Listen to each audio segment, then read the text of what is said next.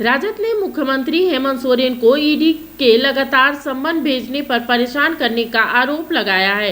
राजद के प्रदेश उपाध्यक्ष रामदास सिंह यादव ने कहा है कि ईडी के जरिए बीजेपी विपक्षी नेताओं को परेशान कर रही है। वहीं प्रदेश कार्यालय में नेताजी सुभाष चंद्र बोस की जयंती पर श्रद्धांजलि देते हुए देश का महान सपूत बताया।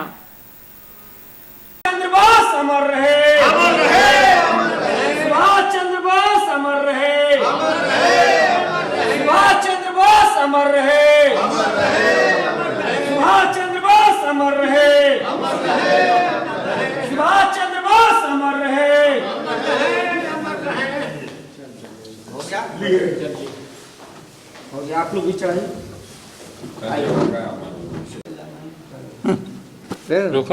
सुभाष चंद्र बोस अमर रहे, अमर रहे, अमर रहे, सुभाष चंद्र बोस अमर रहे, अमर रहे, अमर रहे, सुभाष चंद्र बोस अमर रहे, अमर रहे, अमर रहे, सुभाष चंद्र बोस अमर रहे, अमर रहे, सुभाष चंद्र बोस अमर रहे, अमर रहे, सुभाष चंद्र बोस अमर रहे, अमर रहे, सुभाष चंद्र बोस अमर रहे, अमर रहे, सुभाष चंद्र बोस अमर रहे, अमर रहे, सुभाष चंद्र बोस अमर रहे, अमर रहे, सुभाष चंद्र बोस अमर रहे, अमर रहे।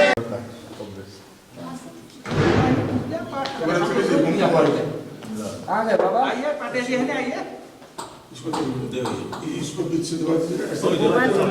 सब सुभाष चंद्र बोस अमर रहे, सुभाष चंद्र बोस अमर रहे,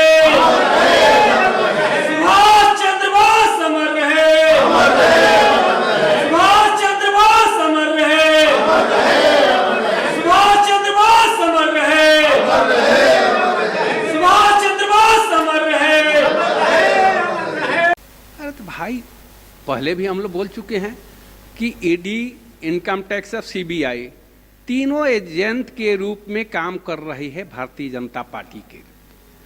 और यही आपको विपक्ष की सरकार है झारखंड में, इसलिए यहाँ हमारे गठबंधन के मुख्यमंत्री हेमंत सोरेन, आदरणीय हेमंत सोरेन जी को परेशान करने के उद्देश्य से जब से सरकार बनी है तब से सरकार को अस्थिर करने के उद्देश्य से भिन्न भिन्न पहलुओं पर जा करके आपको सरकारी एजेंसी को कह करके कि इन्हें तंग करना है। और इसी प्रकार अन्य राज्यों में, जैसे बिहार के आप लोग देख रहे होंगे और छत्तीसगढ़ के भी देखे कि इलेक्शन के समय में, चुनाव के समय में छत्तीसगढ़ में क्या हुआ, ईडी का रेड पड़ रहा है। तो झारखंड में यही उनका ईडी, सीबीआई और इनकम टैक्स जो डिपार्टमेंट है, जो स्वतंत्र एजेंसी है, अब स्वतंत्र एजेंसी नहीं हो गया। और ये निश्चित रूप से भारतीय जनता पार्टी के पक्ष में काम कर रही है। जो भारतीय जनता पार्टी में अदर पार्टी से छोड़ करके आ जाता है, वह आप देख लीजिए, असम के मुख्यमंत्री थे जिसको प्रधानमंत्री क्या क्या नहीं कहते थे कि इससे खराब कोई मुख्यमंत्री नहीं है, इससे भ्रष्ट कोई मुख्यमंत्री नहीं है।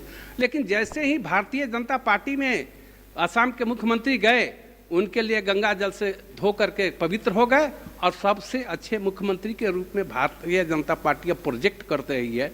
तो भारतीय जनता पार्टी का यही रहा है कि जहाँ जहाँ विपक्ष की सरकार है, उन्हें विभिन्न तरह से डरा धमका करके सरकार को अस्थिर किया जाए और सरकार के गिराने का षड्यंत्र रचा जा रहा है। देखिए, सुभाष चंद्र बोस कहते थे कि तुम हम खून दो, मैं तुम्हें आज़ादी दूंगा।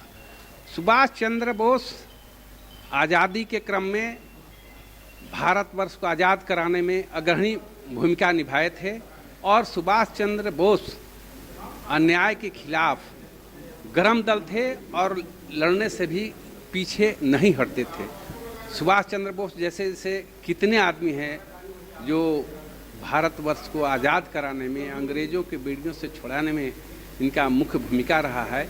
तो सुभाष चंद्र बोस के बताए हुए मार्ग, उनके किए गए कार्य को अनुकरण करते हुए हम लोग किसी भी अन्याय के खिलाफ लड़ने का संकल्प लेते हैं और भारतवर्ष को रक्षा करने का प्रति प्रतिबद्ध है।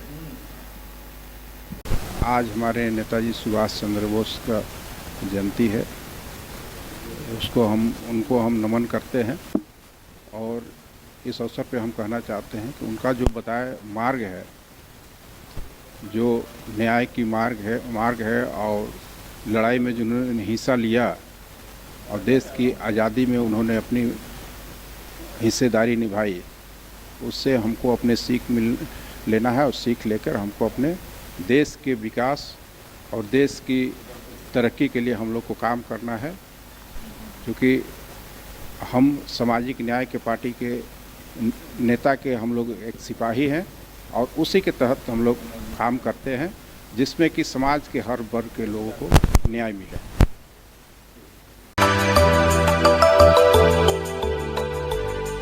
मिनी लंदन मैक्लुस्कीगंज प्रकृति की गोद में बसा ड्रीम डेस्टिनेशन आपका कर रहा है इंतजार। आइए अपने यादगार लम्हों को बिताइए ड्रीम डेस्टिनेशन में।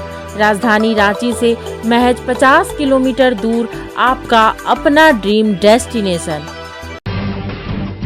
जब टूटती है आस, जब थकती है सांस, जब रूठते हैं अपने, मुंह मोड़ता है जमाना, जब अंगड़ाई लेता है संकल्प, फिर बनती है कहानी, बनते हैं अनमिट निशान। देखिए मेरे साथ संघर्ष की दास्तां।